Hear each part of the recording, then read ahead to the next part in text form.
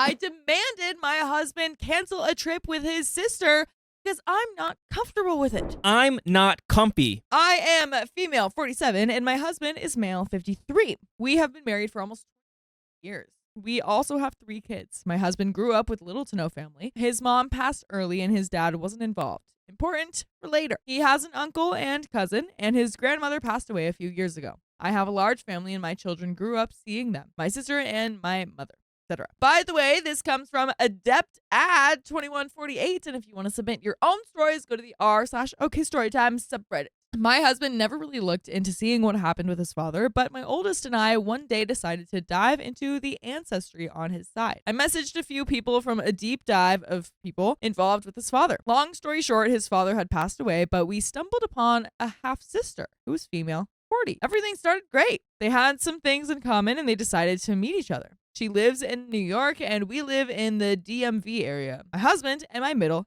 and youngest child went along with him since my oldest was at college and I was sick. They got along great, toured the city, and drank a lot. My husband has never been much of a drinker, and his sister, I've come to learn, is a functional heavy drinker. Got so many DUIs, her license was revoked for 10 years. While up in New York, they went to explore New York City. She has an 8-year-old son, so all the kids were excited to explore. My husband then planned a trip around Christmas. Originally, my husband wanted them to come down to visit, but my middle child was having her tonsils removed right over Christmas break, so she wouldn't miss much school.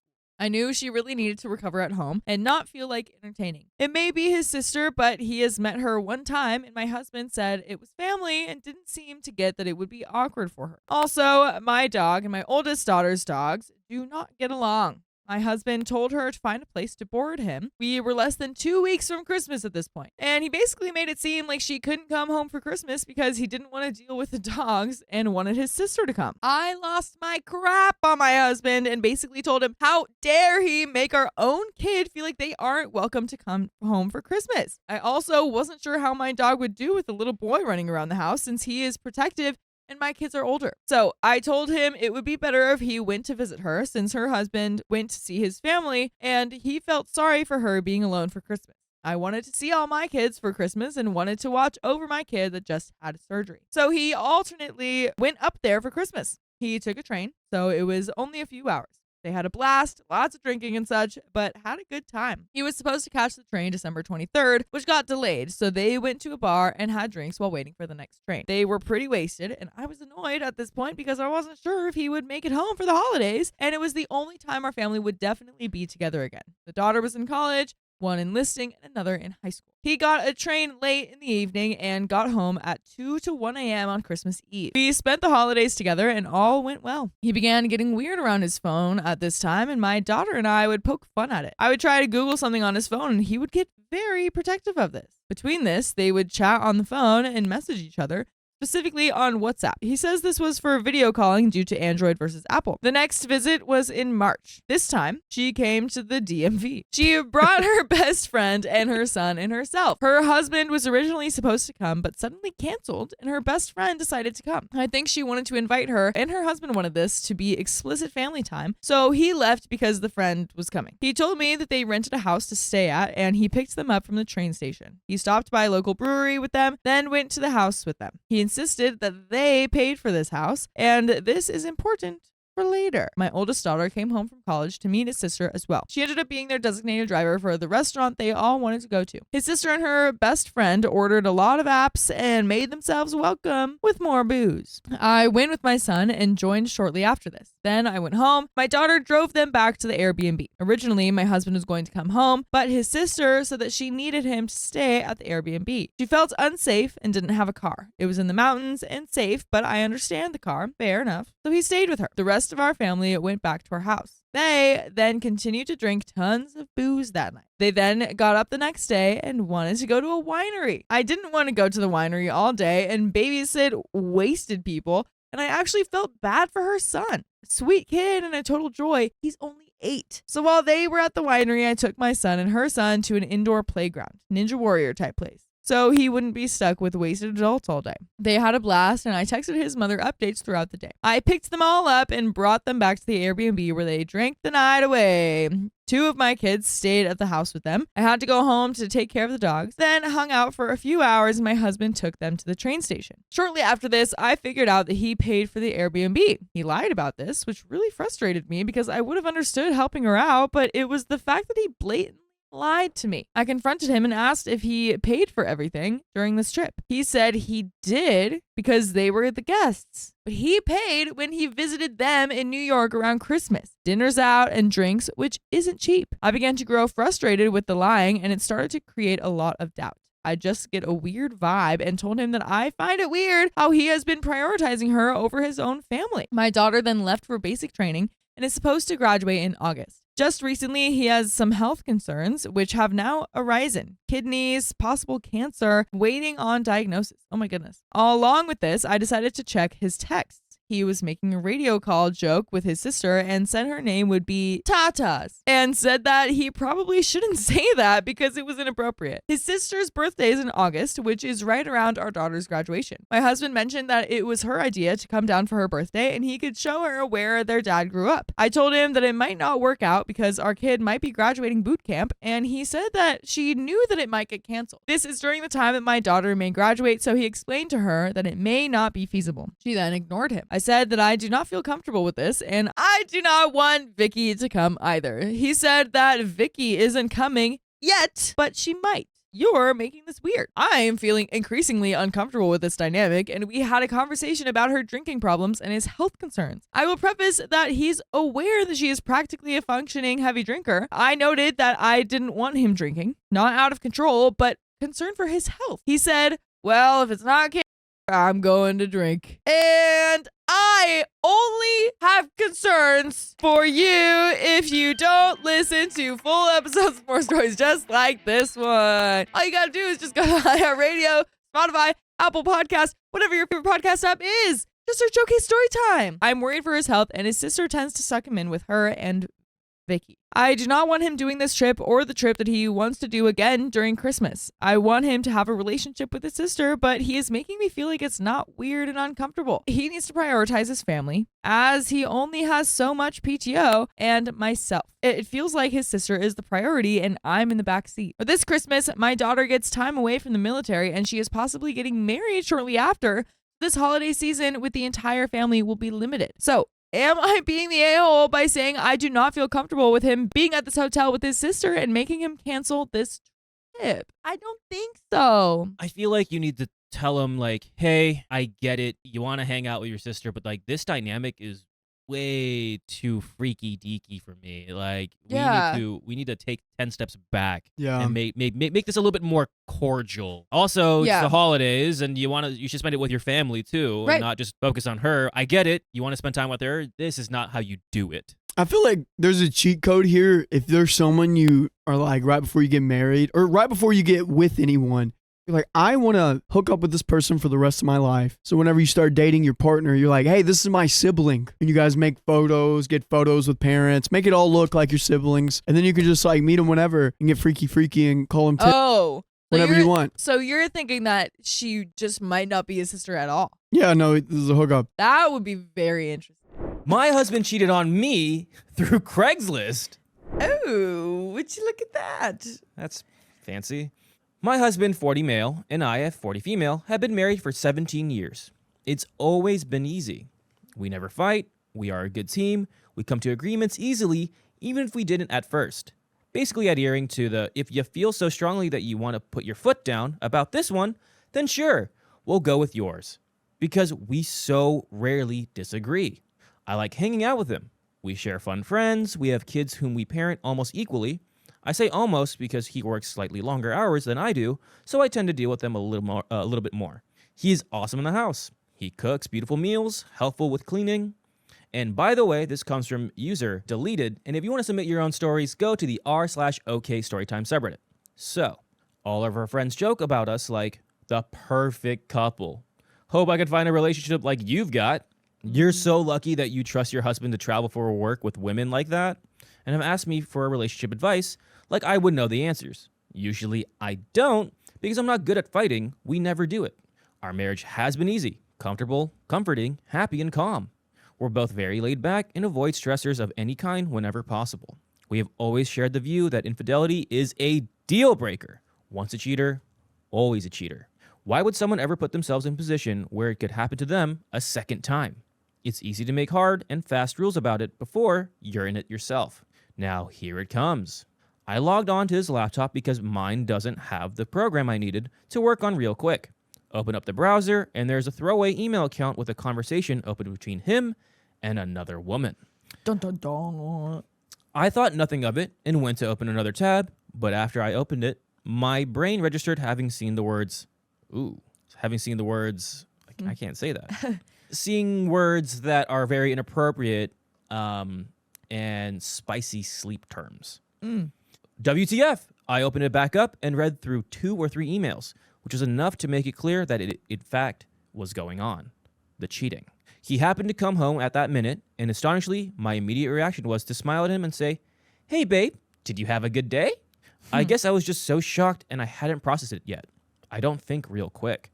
He went and had a shower, like he always does, and I was suddenly seeing red flags all over the place. He went out to a movie by himself last night because sometimes he does that if he's been housebound all day, and if it's a movie I'm not interested in. He showers when he gets home, he comes home from his office job, and at wildly varying times. So he comes in, and I figure I need to ask. I show him the screen with a casual, "What's this?" And he effing falls into a million pieces. He raced to the bathroom to throw up. He came back for 20 I'm sorries, and I effed ups, and I have no idea why I did that. And then he goes back and pukes some more, crying, shaking, bright red all the way down to his chest. Looked like he was going to have an effing heart attack, crying, kneeling by me. Effing pitiful. Me, meanwhile, I'm pretty cool. Like I said, I don't think real quick, and just feel like I'm observing some very interesting chemical implosion right here in my bedroom. I think I was more astonished than anything right then.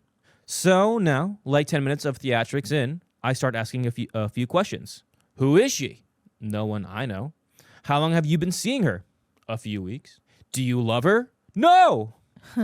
Is that where you were last night? No. What? Still very calm. Still mostly flabbergasted, and he started off with trying to sugarcoat it, oh my God. So many details. Yeah, I'm getting that. And he started off with trying to sugarcoat it. He did some fun stuff for me. Third base. Yeah, third base for me, not for him. Yeah. But collapsed pretty quick into what I think is mostly the truth. Saw her a few times, sneaks out of work for a midday spicy sleep with her. Feels dirty afterward. Yeah, but not so dirty you didn't keep going back, right? Then he jumps up and says, "Obviously you wouldn't want to have me here, so I'll go sleep on the couch." And takes his sobbing butt out to the couch and stays there all night. So now I'm left in the dark to digest all of this. And I'm still just so shocked. Lay there awake all night.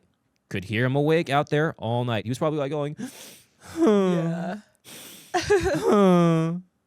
More puking noises. Yeah. Gosh. About 2 a.m., I start crying. Here it comes. I'm starting to get it now. And he comes in and sort of half-heartedly tries to pat me. It's not your fault. I'm sorry. But he's clearly terrified to console me in any real way. Probably the safest. I don't know. Then he goes back out to be awake on the couch for the rest of the night. Weird. We get up, get the kids ready for school, go to work. Me trying to be super normal with the kids, but too mad to even look at him. Him slinking around like a frickin' feral cat, that is. Off to work, and he sends me an email. So sorry. All that. What an idiot. Can't believe I effed this up. Don't know why I did it. I love you. I'll do anything. So sorry. Blah, blah, blah. Then a few hours later, he emails me with a big, "I've been looking online about people who have been effed over like I did to you. And here are some things I've learned." And then continues to apologize. Take full responsibility. It wasn't anything missing in our marriage, he says. Then a few weeks ago, he posted something on Craigslist for a workout buddy, whom he then met. She propositions to him. They hooked up. The rest is history. I believe most of this. I feel like he's come mostly clean, but the fact that he initiated the Craigslist post has me on effing fire. Okay, now I'm really effing pissed. I think it's hitting me now.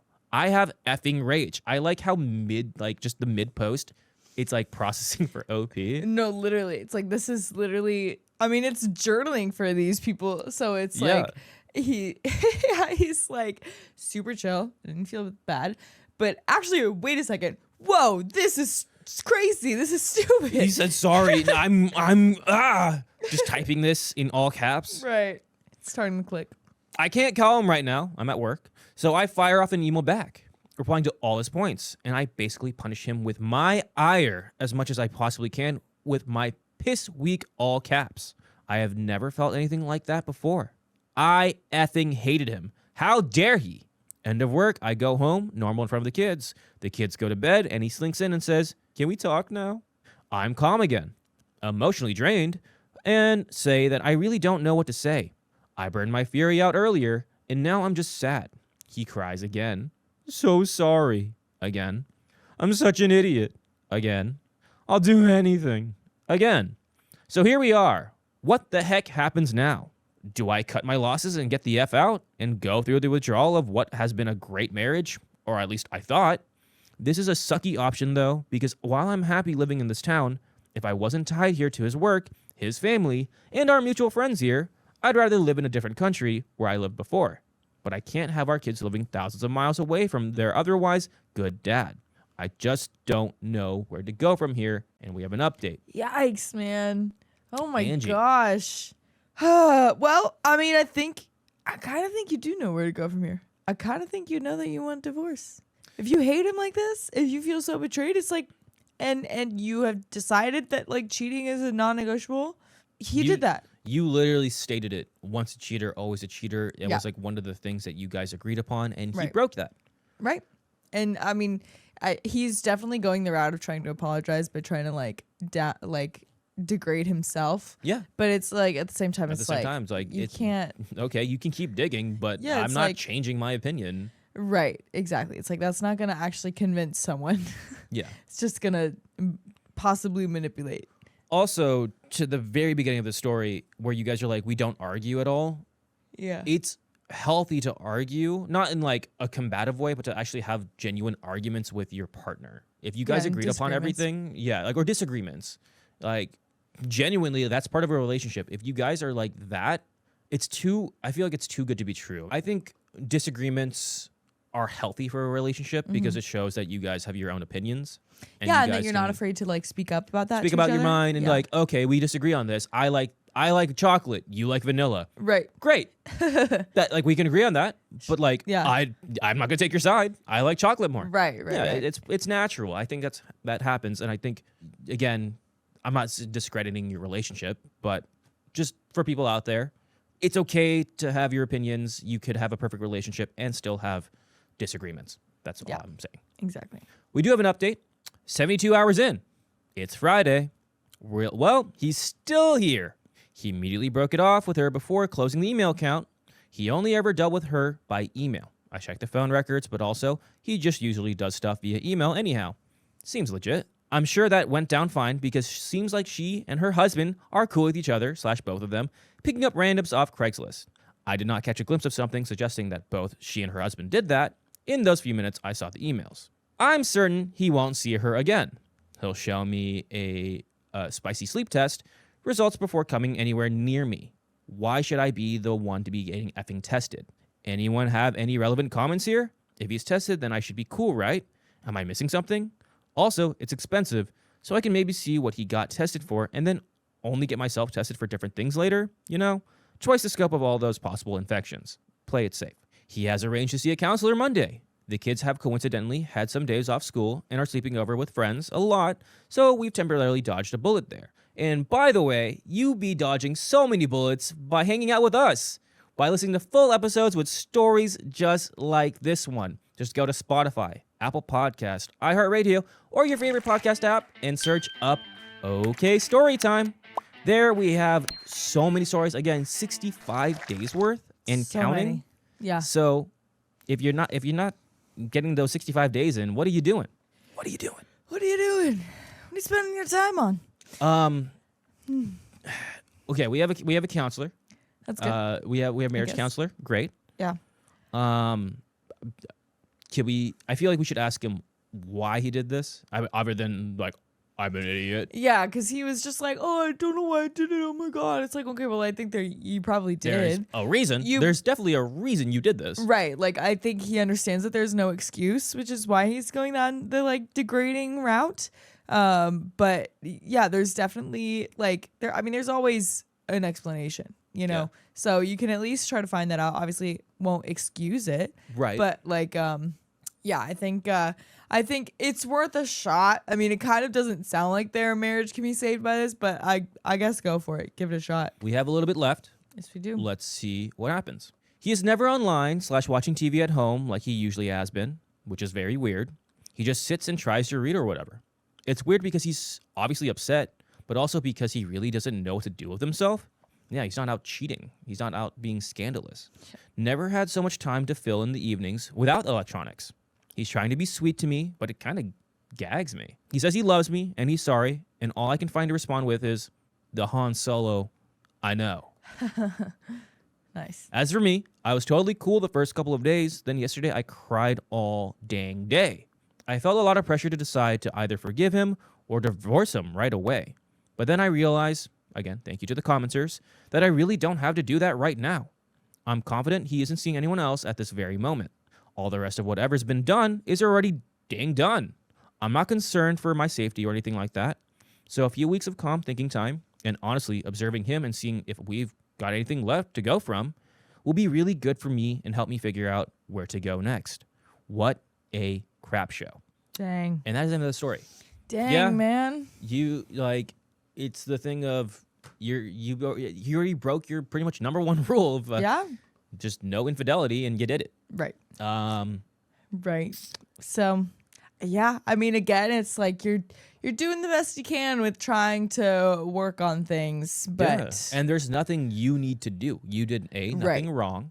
You caught him, and he's like upset about that you caught him, and he's upset that like I cheated on my wife, Right. as he well darn should be. But yeah, you got to be like, hey, where do we go from here? And again, do it on your own accord. Do it when you have, because OP doesn't think, like she said, like she needs to process a little bit more. Mm-hmm. Take the time you deserve. Take the time you need. exactly. But tread carefully. See what's actually right. What's the best option for your relationship and for your family. And don't do it for the kids. Do it for yourself and what's beneficial for your relationship. Because again, if you do it for the kids, further down, you might get a divorce still, and that just, it's a very hard to navigate situation. Right. So, best of luck to you guys. My goodness. Yes. That is the end of the story and the end of this episode. Yes, it is. So, if you love us, make sure to subscribe. We love you. And see you tomorrow.